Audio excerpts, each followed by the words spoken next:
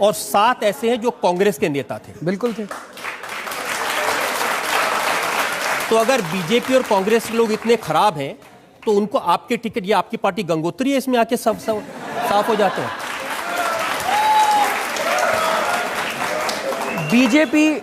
BJP एक mafia है, उसको माफिया चला रहा है। कांग्रेस भी एक माफिया है, उसको भी माफिया चला रहा है। लेकिन बीजेपी और कांग्रेस के अंदर चंद लोग ऐसे हैं जो अच्छे लोग हैं, जो वहां पे घुटन महसूस कर रहे थे। ऐसे लोगों का स्वागत है। मैंने तो 2 अक्टूबर को जब हमारी पार्टी बनी थी तब भी मैंने ऐलान करा था कि इस देश के सारे अच्छे लोगों को इकट्ठा होने की जरूरत है। जहां भी कोई काम ऐसे एक दो अच्छे लोगों से मिलवा दूं मैं आपको। सर 1 मिनट आप सुन लीजिए, जिनको आपने मैं 2 मिनट तो मेरे को बात नहीं करने दे रहे। अरे आप ही को तो बात करने दे रहा हूं अब तक। बीजेपी और कांग्रेस के अंदर जब भी कोई आदमी आता है, बीजेपी या कांग्रेस या किसी और भी पार्टी का, और हमारी पार्टी में आना की टिकट लेना चाहता है, मैंने जैसे बताया कि हम एक एक आदमी की जांच करा रहे हैं। जब कोई दूसरी पार्टी छोड़ के आता है तो उसकी 3 गुना जांच कराते हैं हम लोग। जिनकी आपने 3 गुना जांच कराई उनकी थोड़ी जांच मैंने भी कराई। हाँ बता दीजिए। उत्तम नगर विधानसभा से आपने टिकट दी है देशराज राघव को। इनको माना जाता है राशन माफिया।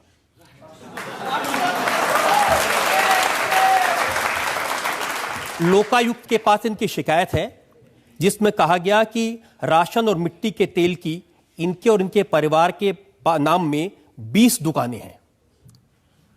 मिलावट का सामान बेचते हैं, पत्नी के नाम पे, बहन के नाम पे, परिवार के नाम पे, और ये सारी डिटेल्स आरटीआई से निकाली हैं। आप चाहें तो मैं आपको पूरी डिटेल दिखा। मेरे को सारी पता है सर, मैं अभी बता देता हूं सर। अच्छा, आपको पता है, उसके बावजूद आपने इनको टिकट दे दी? मैं सारा केस बता देता हूं आपको।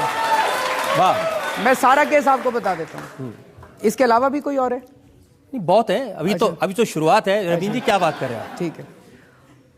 देशराज राघव अचल शर्मा के खिलाफ पिछली बार इंडिपेंडेंट काउंसलर का चुनाव लड़े थे। अचल शर्मा बीजेपी का आदमी है उत्तम नगर से। अचल शर्मा बुरी तरह से हार गया। मैं अचल शर्मा की नहीं पूछ रहा, माफिया तो ये है जिनको आपने टिकट दिया है। बात तो बता दूं आपको पूरी। अब मेरे को पूरा करने देंगे, बीच में काटेंगे नहीं? नहीं, बिल्कुल काटूंगा। अगर आप, मैं पूछ रहा हूं कि क्या इनके खिलाफ लोकायुक्त के पास शिकायत है कि नहीं है? सर मेरे को जवाब देना पड़ेगा। अगर आप मेरे को जवाब देने देंगे तब तो मैं जवाब। आप जवाब दे ही नहीं रहे, आप तो दूसरे बात के बारे में बात कर रहे हैं। तो फिर ऐसे तो काम नहीं चल सकता। ऐसे ही काम चलेगा? आपकी मर्जी। जब राजनीति में आए तो ऐसे सख्त सवालों के जवाब देने पड़ेंगे। मैं जवाब देने अब आप बच नहीं सकते इन चीजों से। तो बता तो रहा हूं मैं। अगर आप बेईमान आदमी को टिकट देंगे तो सवाल तो पूछे जाएंगे आपसे। तो आप जवाब ही नहीं देने दे रहे, आप सवाल ही पूछ रहे हैं। आप जवाब नहीं दे रहे हैं ना। चलिए अब बोलूं मैं? बोलिए। मेरे को बात पूरी करनी पड़ेगी, बिकॉज वो बात पूरी। आप बात बोल नहीं रहे, बार बार घुमा रहे हैं। आप बार बार कह रहे हैं मुझे बोल नहीं दे रहे, लेकिन बोल नहीं रहे। मैं तो चुप हूं, बोलिए। अचल शर्मा को इन्होंने पिछली बार हराया था। आप अचल शर्मा के पीछे पड़े आप? सर ये अचल शर्मा की कंप्लेंट है, ये अचल शर्मा की कंप्लेंट है। मैं आपसे पूछ रहा हूं कि देशराज राघव। सर ये नहीं है उनके दुकान, एक भी दुकान देशराज राघव के सामने अगर आप साबित कर दें, हम अपनी पार्टी बंद कर देंगे। नहीं, ये प्रूफ है, ये आरटीआई से इंफॉर्मेशन आई है। ये प्रूफ है, ये आरटीआई की इंफॉर्मेशन नहीं है, ये अचल शर्मा की कंप्लेंट की कॉपी है।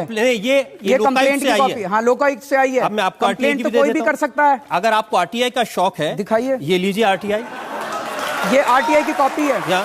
इसके बाद भी एक और आरटीआई हुई थी, इसके बाद एक और आरटीआई आई थी। एक मिनट सुनिए। क्या बात हुई? ये आरटीआई दे दी आपने, इसके बाद एक और आरटीआई होगी। सुनिए तो सही, आप मेरी बात नहीं सुन रहे। ये जो आरटीआई आई थी, एक मिनट, ये देशराज राघव के खिलाफ एक आरटीआई है। हाँ। लोकायुक्त की अगर आप पूरी कंप्लेंट पढ़ें, लोकायुक्त की कंप्लेंट में लिखा हुआ है कि उन्होंने अचल शर्मा ने एक आरटीआई डाली जिसके अंदर उनको एक इन्फॉर्मेशन मिली। उसके बाद उन्होंने दूसरी आरटीआई डाली जिसमें डिपार्टमेंट ने ये कबूल किया कि हमने जो पिछली आरटीआई का जवाब दिया था वो गलत था और देशराज राघव के नाम पे एक भी दुकान नहीं है। देखिए, आपके समर्थक के बारे में इल्जाम लगे तो आप एक आरटीआई, दूसरी आरटीआई, लोकायुक्त ये सब करने लगते हैं। किसी दूसरे के बारे में इल्जाम लगे, सबूत हो ना हो, आप इल्जाम लगा देते हैं। सर मैं जिस देशराज यादव की एक इंटरेस्टिंग बात बता देता हूं, ये तो छोड़ दीजिए। चलिए, आप कह रहे हैं पहली आरटीआई, दूसरी आरटीआई। इनके पिताजी की डेथ हुए 4.5 साल हो गए। ये मेरे पास बैंक के रिकॉर्ड है, उनकी पेंशन अभी भी उनके नाम में आ रही है।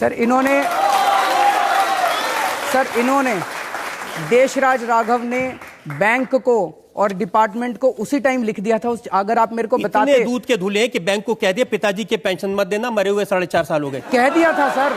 क्या बात कर रहे हैं? मैं आपको चिट्ठी की कॉपी दिखा देता हूं, मैं आपको चिट्ठी की कॉपी दिखा देता हूं। बैंक की कॉपी है। अभी हाल ही इसमें में से- बैंक में जमा हुए पैसे। हाँ तो सर इसमें से उन्होंने 4 साल पहले जब उनके पिताजी की डेथ हुई थी, उन्होंने जो चिट्ठी लिखी थी बैंक को, वो चिट्ठी की कॉपी अगर आप मेरे को पहले बताते, मैं वो सारे सबूत लेके आ जाता आपके पास। आप पहले आदमी जो मुझे कह रहा है आपकी अदालत में आया तो मुझे पहले बता देता क्या जरूरत है। तो सर अगर आप ये डॉक्यूमेंट्स दिखा रहे थे, ये तो वन साइडेड डॉक्यूमेंट्स है ना, ये तो वन साइडेड डॉक्यूमेंट्स आपने भी मैं आपको काउंटर देने के लिए तैयार हूं। जब लोगों पर इल्जाम लगाए हैं ना तो वन साइडेड डॉक्यूमेंट पर लगाए हैं। हाँ तो सर आप तो उसके बाद आप जब प्रेस कॉन्फ्रेंस करते हैं जिसके खिलाफ में, उसको पहले बता देते हैं मैं आपके खिलाफ ये बोलने वाला हूं, जवाब लेके आ जाओ।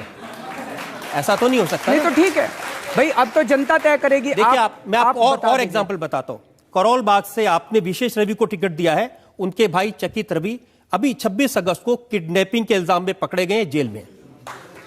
ऐसे आपके उम्मीदवार हरीश अवस्थी, विनोद कुमार, बड़ी लंबी लिस्ट है ऐसे उम्मीदवार।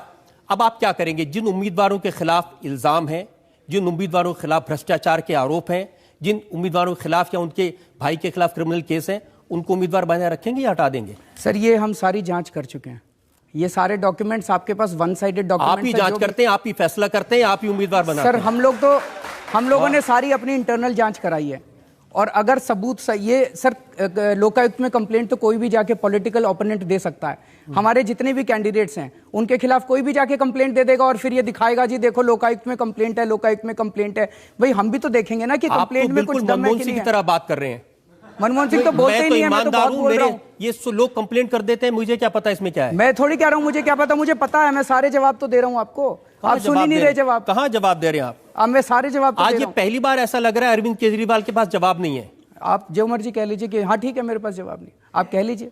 नहीं, मेरे कहने से क्या है भाई आप देखिए, आप अपना मन बना बैठे हैं, आज आप अपना मन बना बैठे हैं। अब ये भी आर्गुमेंट नहीं चलेगा अरविंद जी। जनता बैठी है सबके सामने, मैं कागज दिखा रहा हूं, सवाल पूछ रहा हूं, आप कह रहे हैं मन बना बैठे हैं। अगर मन बना बैठा हो तो आपको बुलाता क्यों, आपसे सवाल क्यों पूछता? सर अब जो आपके पास डॉक्यूमेंट्स हैं ये सारे वन साइडेड डॉक्यूमेंट्स हैं।